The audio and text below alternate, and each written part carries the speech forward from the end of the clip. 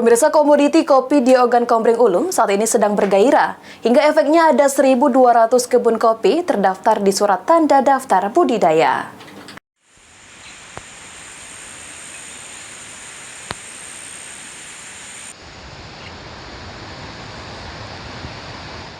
Harga kopi mencapai Rp70.000 per kilogram, membuat komoditi kopi di Ogan Komering Ulu berbahagia.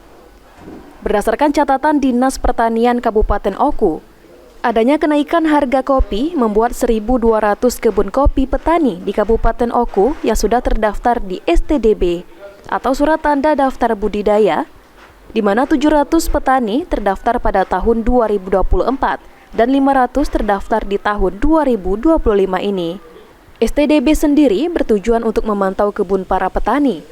Perkebunan petani yang sudah terdaftar dapat dilihat di aplikasi terkait berapa luas, jumlah batang, bahkan masalah di kebun tersebut.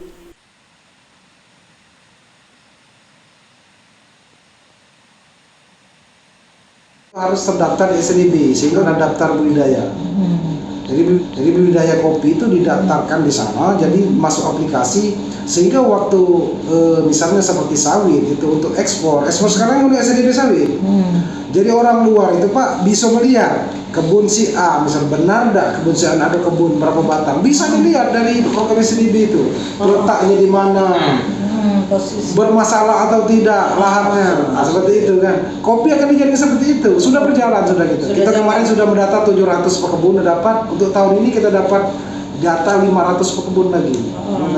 Di Kabupaten Oku sendiri terdapat 5 kecamatan yang menjadi wilayah populasi kopi, yaitu Kecamatan Ulu Ogan, Muara Jaya, Pengandonan, Lengkiti, dan Soso Buai Rayap. Yunin Yuniki, PAL TV.